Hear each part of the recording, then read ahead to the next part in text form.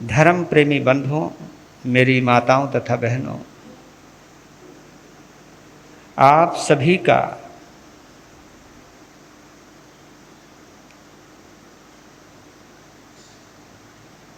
इसे मैं आत्म शर्मन रतन दरबार कहूँ तो कोई अतिशयोक्ति नहीं।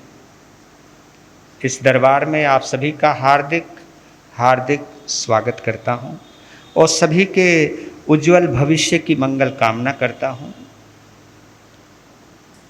आज चतुर्मास का प्रथम दिवस है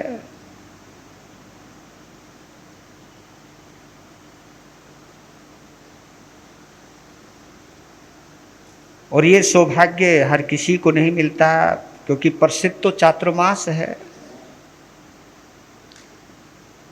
लेकिन इस बार तो पंचमास है, लेकिन बोलने में चातुर्मास आता है, क्योंकि ये पंचमासा कई वर्षों के बाद आता है और जो हर वर्ष आता है वही दोहराया जाता है। लेकिन सिविल लाइन वालों का, सिविल लाइन वालों सहित सभी का, क्योंकि केवल पंचमासा आपका तो है नहीं, पंचमासा तो सभी का है, पर लेकिन इस पंचमासे में हम सबको सिविल लाइन में चतुर्मास करने का शुभ अवसर प्राप्त हुआ। इसके लिए हम भी अपने आप को सौभाग्यशाली मानते हैं, क्योंकि जिस तरह आप संघ की सेवा करते हैं उसी तरह हम भी संघ की सेवा करते हैं।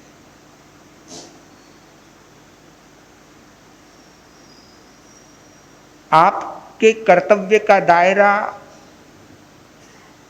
किन्हीं किन्हीं माध्यम से है, तो हमारा भी दायरा किन्हीं किन्हीं माध्यम से है।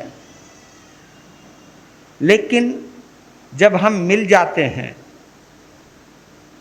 एक जगह तो दोनों ही शब्द बड़े सार्थक हो जाते हैं, क्योंकि आप धर्म की प्रभावना में धन का उपयोग करते हो और तन का उपयोग करते हो, और जो आपके आगे बैठा हुआ संत मुनिराज है वो धर्म की प्रभावना में धर्म का प्रयोग करता है, लेकिन साथ में तन का भी प्रयोग करता है। दो चीजें अलग अलग हैं और दो बातें बिल्कुल एक जैसी हैं। श्रावक उसको कहते हैं जो तन के साथ धन का भी सहयोग देता है, और संत साध्वी उसको कहते हैं जो तन के साथ धर्म का सहयोग देता है। तो धन और धर्म की इस जोड़ी में एक ही लक्ष्य छुपा है, और उस लक्ष्य का नाम है जिन शासन की प्रभावना, जिन शासन की सेवा। ये पवित्र लक्ष्य आपका भी है और हमारा भी है। तो सबसे पहले जो मेरे सामने बैठे हैं वो भी, और जो ऑनलाइन बैठे हैं YouTube के माध्यम से, उन सभी को चतुर्मास के शुभारंभ की और गुरु पूर्णिमा के पवित्र पर्व की हार्दिक हार्दिक शुभकामना देता हूं।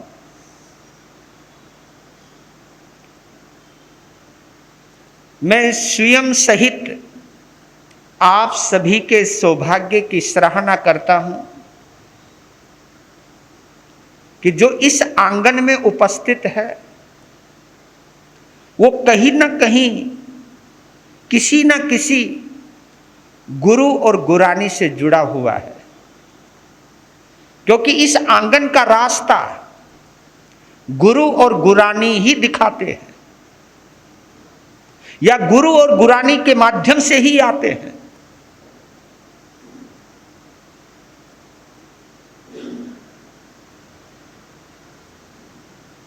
तो सबसे पहले मैं आप सभी के अंतर हृदय में,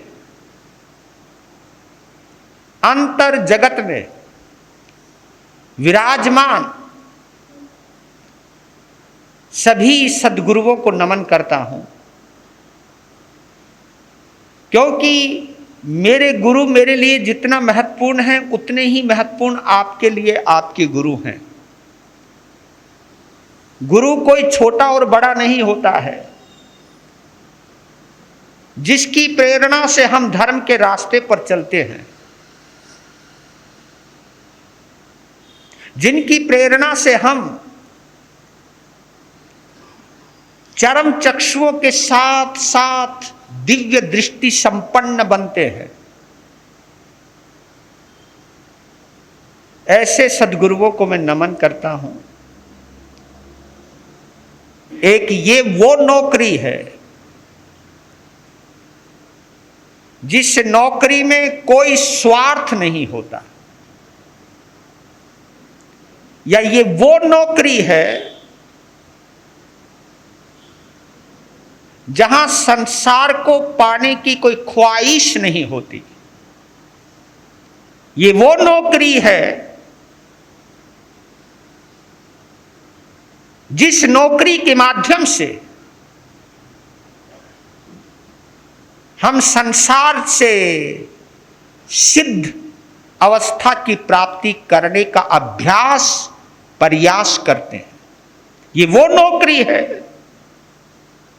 जब हम आत्मा में परमात्मा की अनुभूति करते हैं। ये वो नौकरी है जिस नौकरी के माध्यम से हम भेदभाव की दीवार को लांघकर संभाव की कक्षा में प्रवेश करते हैं, और संभाव के माध्यम से हम पुनः अपने स्वभाव में लौट कर आते हैं। ये वो नौकरी है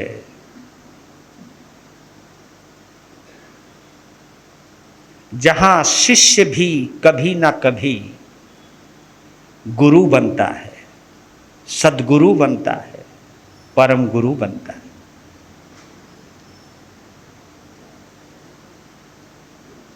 ये तो आप भी जानते हो ना, बाप भी कभी बेटा था, है ना। जैसे बहू कभी नहीं, सास भी कभी बहू थी।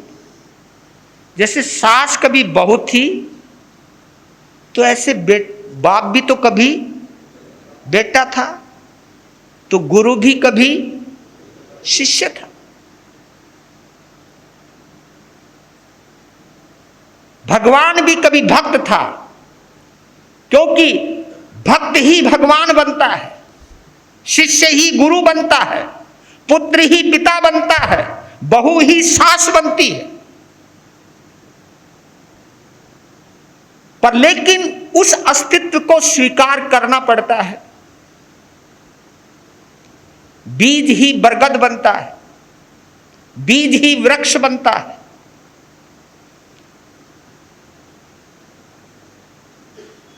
बीज अगर संभावना है तो वृक्ष उसका विस्तार है। आत्मा अगर संभावना है तो परमात्मा उसका विस्तार है। और जिन शासन जो है ये आत्मा से परमात्मा बनने की राह दिखाता है। यहां सबसे पहले एक सच्चा इंसान बनाया जाता है, और जो सच्चा इंसान बनता है फिर वो श्रावक की श्रेणी में आता है, और जब वो श्रावक की श्रेणी में आता है तभी वो संत की श्रेणी में आता है। जब वो संत की श्रेणी में आता है तब जाकर के वो अरिहंत बनता है। एक प्रोसेस है ये, इस प्रोसेस से गुजरता है वो व्यक्ति। क्योंकि जो इंसान नहीं होगा वो श्रावक नहीं हो सकता, और जो श्रावक नहीं होगा वो संत नहीं हो सकता, और जो संत नहीं होगा वो कभी अरिहंत नहीं हो सकता।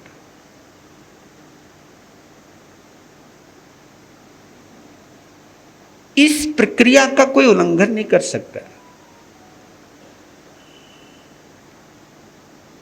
और यह भी बतला देता हूं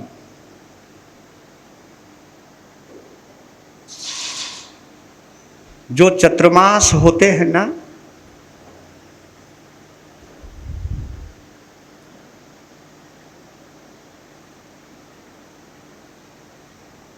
वो चतुर्मास बड़ा नहीं होता जिस चतुर्मास में समायके ज़्यादा होती हो।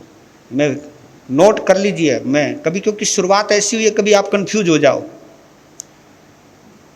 चतुर्मास वो नहीं अच्छा होता है कि जहां बहुत सारी समायके होती है, वो भी अच्छा नहीं होता जब बहुत सारी तपस्याएं होती हैं। चतुर्मास वो अच्छा होता है जहां मन की मलिनता कम होती है।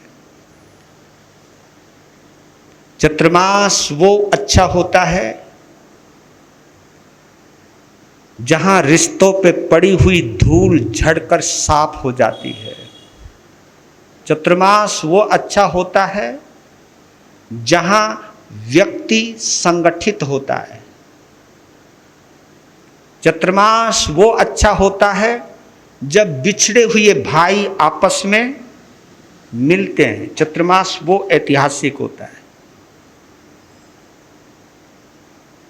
संख्या की दृष्टि से कहां पर कितनी रौनक लगी है ये महत्वपूर्ण नहीं। चतुर्मास वो अच्छा होता है जहां लोग आपस में गले मिलते हैं, बल्कि गले नहीं पड़ते। क्या समझे? जहां चतुर्मास वो अच्छा होता है जहां व्यक्ति को आगे पुश करता है। चतुर्मास वो अच्छा नहीं होता जहां एक दूसरे की टांग खींची जाती हो। ये चेक कर लेना, टांग खींचने में और खिंचवाने में अगर मैं भी सहयोगी बन रहा हूं तो मैं भी अपने संतपने से गिर रहा हूं। मैंने भी अपने कर्तव्य को निभाया नहीं है, बल्कि जो किसी की टांग खींच रहा है, संत ये करने के लिए चतुर्मास आता है कि भाई तू ये टांग मत खींच, टांग पकड़ने की बजाय हाथ पकड़ना सीख।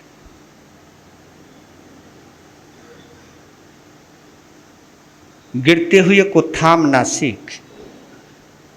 चतुर्मास बहुत पवित्र प्रक्रिया है। चतुर्मास वो अच्छा होता है जब मैत्री भाव विकसित होता है। मैत्री भाव।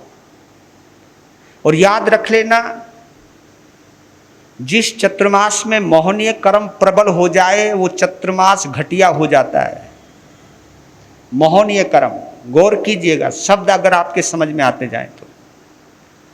जिस चतुर्मास में मोहनीय कर्म प्रबल होता है, प्रबल होने का मतलब ये कि भाई ये मेरा पक्का गुरु है, अब इस गुरु के अलावा मैंने किसी गुरु को मानना ही नहीं, ये हो गया मोहनीय कर्म की प्रबलता।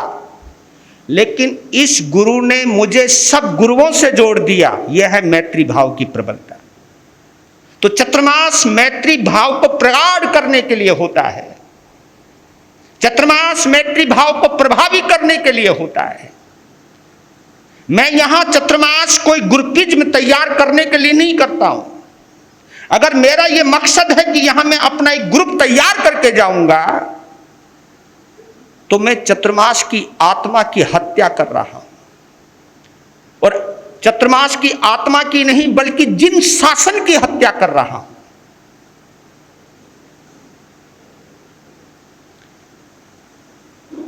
चतुर्मास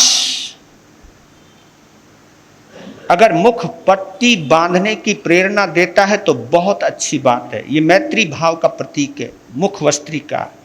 लेकिन यही पट्टी अगर आपकी आंखों पर बन जाए तो ये मोहनीय कर्म की प्रबलता है।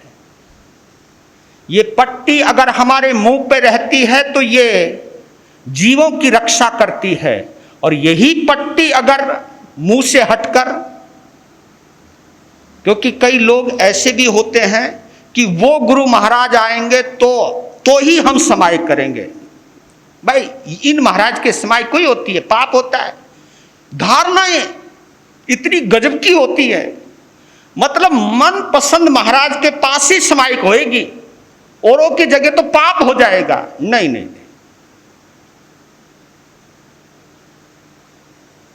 तो कोशिश कीजिएगा, चाहे मैं भी क्यों ना हूं,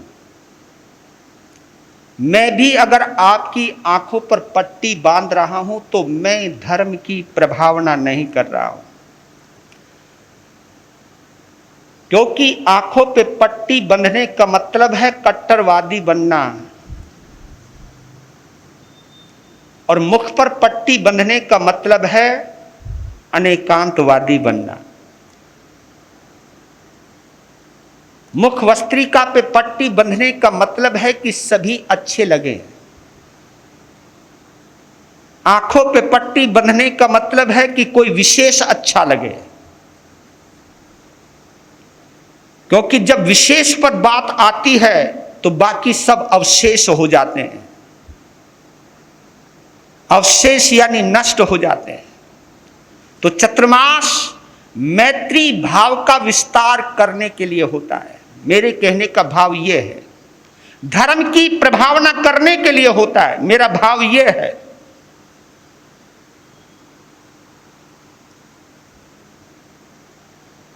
और यह आप सभी का सौभाग्य है कि आप सभी को एक ऐसे सरल हृदय उपाध्याय का चतुर्मास मिला है, जिनकी सोच विराट है, जो प्रतिभा का सम्मान करते हैं, जो कर्तव्य परायण व्यक्तियों का सम्मान करते हैं, जो समाज में सहिष्णुता चाहते हैं, समाज में समभाव चाहते हैं, समाज में परस्पर मैत्री भाव का विकास चाहते हैं, और उसी के प्रयास समाज भी करती है। क्योंकि मैं तो इतना जानता हूं,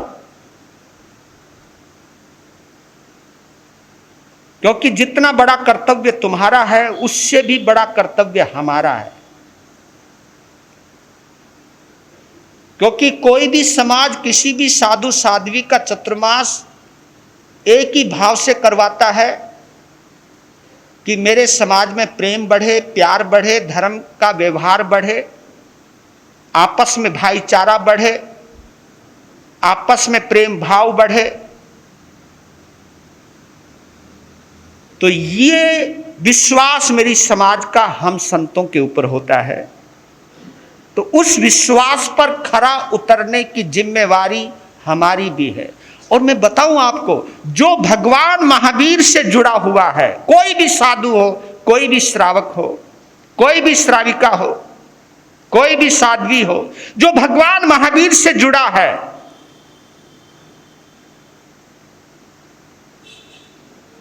वो कोई भी आपको अपने से नहीं जोड़ेगा, वो महावीर से जोड़ेगा। और जो केवल अपने आप से जुड़ा है, वो आपको महावीर से नहीं जोड़ेगा, वो अपने आप से जोड़ेगा। तो समाज में जो डिवीजन होता है, महावीर से जुड़ने वालों की वजह से नहीं होता। किसकी वजह से होता है? मैं किसी को अगर अपने से जोड़ रहा हूं तब डिवीजन होता है, तब विभाग होता है, तब भाग होता है। यही पवित्र उद्देश्य अगर हम साधु साध्वियों का हो जाए कि मैंने लोगों को महावीर से जोड़ना है, यही मेरे चतुर्मास का लक्ष्य है। मैंने व्यक्ति को सामायिक से जोड़ना है, यही मेरा लक्ष्य है। मैंने व्यक्ति को व्यक्ति से जोड़ना है, यही मेरा लक्ष्य है। मैंने भाई को भाई से जोड़ना है, यही मेरा लक्ष्य है। प्रवचन के माध्यम से सास और बहू के बीच में आपस में एक घनिष्ठ संबंध बने, देवरानी जेठानी के बीच में एक विशेष अनुबंध बने, यही मेरे चतुर्मास का लक्ष्य है। यानी सब जुड़ जाएं, टूटे ना किसी से, रूठे ना किसी से। जो रूठे हैं उनको किसी भी तरह से कन्विंस करूं कि रूठो नहीं, एक दूसरे से जुड़ते चले जाओ। जो जो जुड़ता जाएगा वही चतुर्मास को हमेशा याद रखेगा कि वो चतुर्मास था जब मेरी मन की गांठ खुल गई थी, यही चतुर्मास था जब मेरे कसाय रूपी कैंसर की गांठ का इलाज हुआ था। इस चतुर्मास के अंदर, क्योंकि भैया ट्यूमर का ऑपरेशन होना आसान है, लेकिन सबसे खतरनाक मुश्किल काम कौन सा है? क्योंकि तन की गांठ को ट्यूमर कहते हैं और मन की गांठ को कसाय कहते हैं।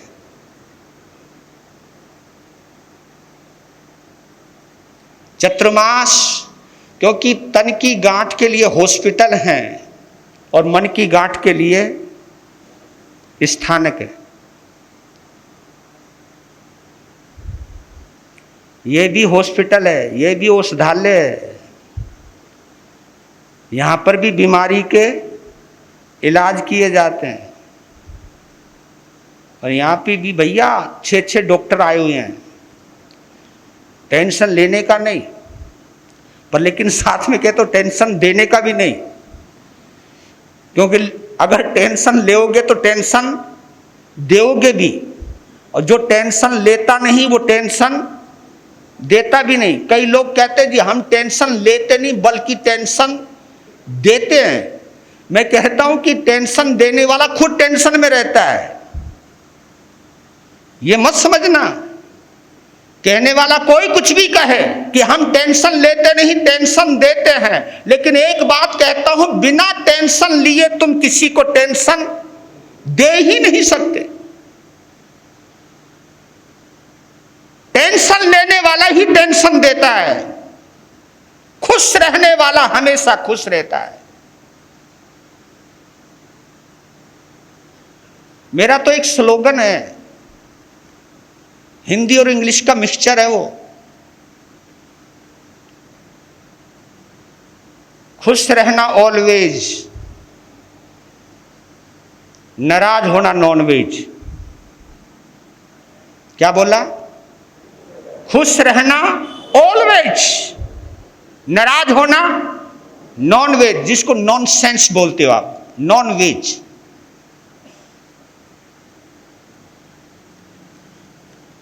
आप कहोगे कि नाराज होना नॉनवेज कैसे है? ये मेरी बात नहीं है, भगवान महावीर की बात है। भगवान महावीर ने एक छोटा सा शब्द दिया, पिट्ठी मनसम ना खाई जा। अगर आप इस रहस्य को समझ जाओ कि किसी के पीठ पीछे किसी को बर्बाद करने की योजना बनाना, किसी की बुराई करना, किसी की निंदा करना, किसी की चुगली खाना और किसी के स्टेटस को नीचे गिराना, किसी की इज्जत को बेइज्जत करना और किसी के अपमान करने का षड्यंत्र रचना, ये उसकी पीठ के मांस के खाने के समान है। पिट्ठी मनसम ना खाई जा। किसी को बर्बाद की योजना बनाने के लिए तुम किसी के पीठ का मांस मत खाइए। और याद कर लेना, जो व्यक्ति बड़ा प्रसन्न होता है ना, वो कभी किसी का बुरा सोचता ही नहीं है। मैंने तो एक कहावत पढ़ी है, सही है गलत है वो तुम खुद कह देना। अगर आप मेरे से सहमत हो तो गर्दन यूं हिला देना और सहमत नहीं हो तो यूं हिला देना, है ना। बोलना तो आता नहीं आप लोगों को ज्यादा ना, कोई बात नहीं। और मैं बताऊं, आप यहीं कम बोलते हो। उसके बाद उन्होंने कहा जी ये भी हमारी सभ्यता है। हाँ बिल्कुल सही बात है। एक स्लोगन है, स्लोगन कहूं या एक अनुभव कहूं,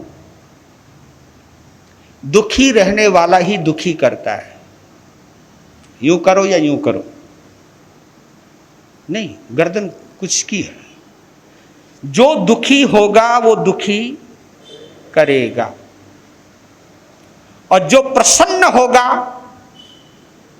वो प्रसन्न रखेगा। जब आदमी बड़ा खुश होता है ना, बस भाई आनंद आ गया, मतलब कमाल की बात है। जब आदमी प्रसन्न होता है ना, सब गिले शिकवे भूल जाता है, कोई याद ही नहीं आता। और जो आदमी उदास बैठा है, दुखी बैठा है, और बताऊं कई लोग तो इतने दुखी होते हैं, उनके सामने कोई हंस भी रहा हो ना, बड़े टेंशन में आ जाए, भाई कमाल है, मैं दुखी बैठा और ये हंसे जा रहा है। मतलब दुखी व्यक्ति किसी को हंसता हुआ भी बर्दाश्त नहीं कर सकते। ये चेक कर लेना आप।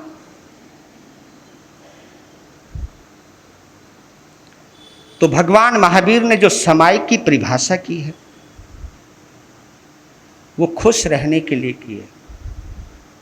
इसलिए कोई भी आता है ना, मैं किसी को ये नहीं कहता दया पालो। और कईयों ने मुझे टोका है कि आप ये क्यों नहीं बोलते, हमारे यहाँ यही बोला जाता है दया पालो। मैंने कहा भैया मैं नहीं बोलता। नुका जी क्यों नहीं बोलते? नुका मैं इसलिए नहीं बोलता क्योंकि मैं बोलता हूं खुश रहो, मैं ये नहीं कहता दया पालो। मैं क्या बोलता हूं?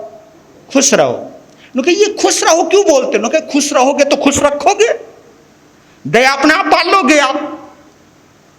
दया पालने के लिए खुश रहना बहुत जरूरी है,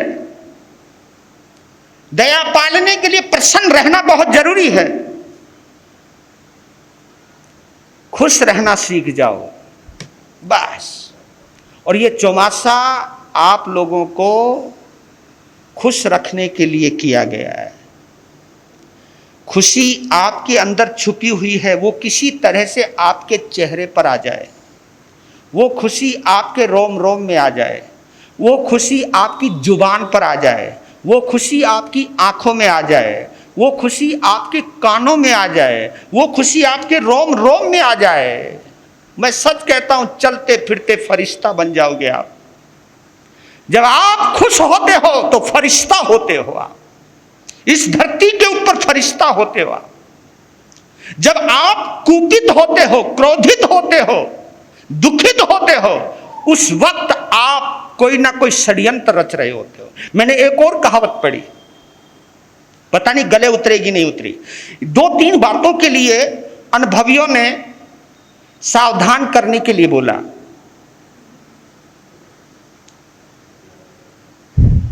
और ये बोला कि सावधान हो जाओ, ये अगर ये बात है तो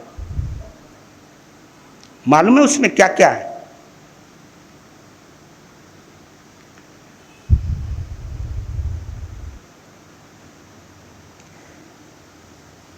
खामोश कुत्ता, क्या बोला?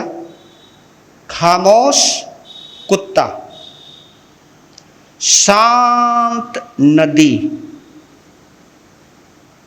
और उदास नारी। रिपीट कर रहा हूं, खामोश कुत्ता, शांत नदी और उदास, ये इधर पड़ोस वाले, उदास नारी। समझ लो कुछ ना कुछ गड़बड़ होने वाला है। अगर कोई कुत्ता खामोश बैठा है ना, वो कभी भी टांग पकड़ सकता है, क्योंकि खामोश बैठा है वो। क्योंकि भौंकने वाला अधिकांश काटते नहीं है, लेकिन जो चुपचाप बैठा है वो बड़ा खतरनाक होता है, कभी भी पकड़ सकता है। इसलिए कुत्ता अगर खामोश बैठा तो रास्ता छोड़ के निकलो, थोड़ी डिस्टेंस बना के निकलो ना, सोशल डिस्टेंस यहां लिखा हुआ है। ये हुआ था पहले, हुआ था 19-20 में हो गया था काम, लोग मिलना ही छोड़ दिया था। हाँ चलो छोड़ो। और शांत नदी, जो शांत नदी है, जो बहती हुई नजर नहीं आती, ये समझो वो गहरी नदी है, वो नदी बहुत गहरी है। उस शांत नदी को देखकर कोई डुबकी मत लगा देना, क्योंकि गहरी है, डुबो देगी वो। जिस नदी में से आवाज आती है वो नदी गहरी नहीं होती, उसमें बचने के चांसेस हैं। लेकिन जो गहरी नदी है वो शांत रहती है, वो डुबो सकती है, वो उसकी परत दर है वो नीचे तक। और उदास नारी, इसलिए मेरे महानुभाव एक संदेश दे रहा हूं 5 महीने के लिए, इधर उदास मत करना किसी, है ना। उदास नहीं होनी चाहिए मामला, क्योंकि तुम्हारी घर की लक्ष्मी है वो। अगर जहां उदास हो गई समझो कुछ ना कुछ, बस ये फार्मूला दे रहा हूं आपको। बाकी का फार्मूला उपाध्याय जी देंगे, क्योंकि अभी मेरे हिस्से का समय हो गया है। कुछ बातें सिलसिलेवार कहना शुरू करूँगा, लेकिन आप सभी को, जितने भी आए हैं, सभी को चतुर्मास की शुभकामना दे रहा हूँ। पता नहीं आपका मेरा ज़्यादा मिलूँगा नहीं मिलूँगा, क्योंकि यहीं मिलने वाला हूँ, क्योंकि मेरे पब्लिक फेस मेरे उपाध्याय जी हैं। मैं लोगों से मिलना, लोगों के सवालों का जवाब देना, ये सब काम मेरे उपाध्याय जी का है। और संयोग ऐसा है, लुधियाना में यह मेरा तीसरा चतुर्मास है। 2 भोले बाबा के चरणों में हुए और तीसरा उपाध्याय जी के चरणों में हो रहा है। आप लोगों ने देखा होगा, मैं यहाँ पर ज़्यादातर लोगों को इतना जानता नहीं हूँ, क्योंकि मैं तो केवल प्रवचन करता था। आपको याद होगा, उपाध्याय भोले बाबा लोगों को संभालते थे, शियोगमणि आहार को संभालता था, और मैं अपना कमरा संभालता था या पट्टे पर आकर के बैठता था बस। और मेरा कोई ज़्यादा लोगों से मिलना जुलना था भी नहीं मेरा। ये मेरे पुराने लोग जो आप लोग आते थे, बाबा से जुड़े हुए थे, वो सब जानते हैं। यहाँ सब हर कोई मुझे जान सकता है, लेकिन मैं परिचित नहीं हूँ।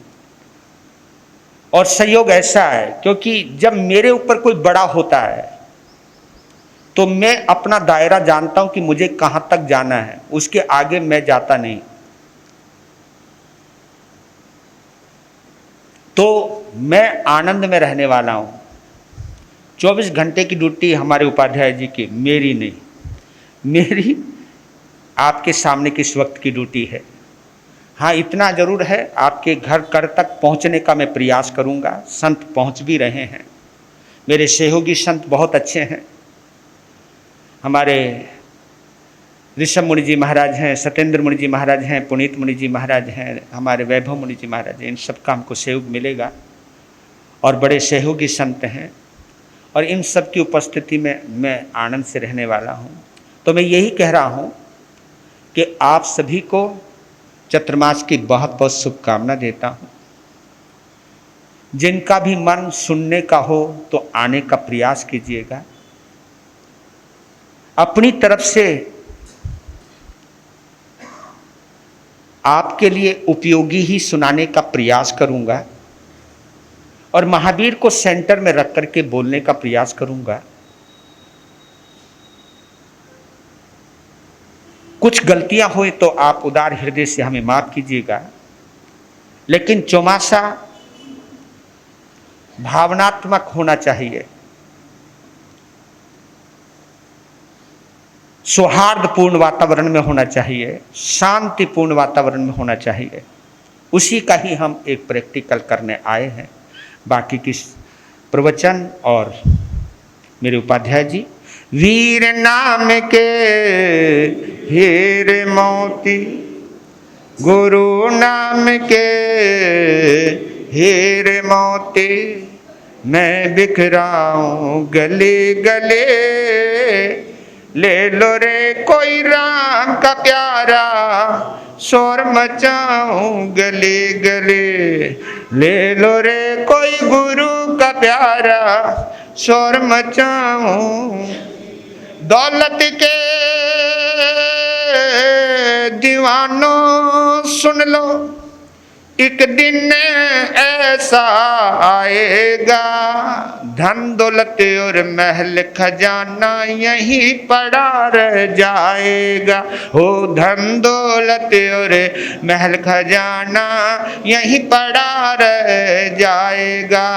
सुंदर काया मिट्टी बनेगे, सुंदर काया मिट्टी बनेगे, चर्चा होगी गले गले, ले लो रे कोई राम का प्यारा, शोर मचाऊं गली गले, ले लो रे कोई गुरु का प्यारा, शोर मचाऊं। जिसने ये सब मोती लूटे वो तो माला माल हुए, दौलत के जो बने पुजारी, आखिर वो कंगाल हुए। सोना चांदी वालों सुन लो, लोहे कपड़े वालों सुन लो, अरे होजरी वालों सुन लो, बात सुनाऊं खरे खरे, ले लो रे कोई राम का प्यारा, शोर मचाऊं गले गले, ले लो रे कोई गुरु का प्यारा, शोर मचाऊं गली गली, हो शोर मचाऊं गले गले, शोर मचाऊं गले गले, शोर मचाऊं गले गले।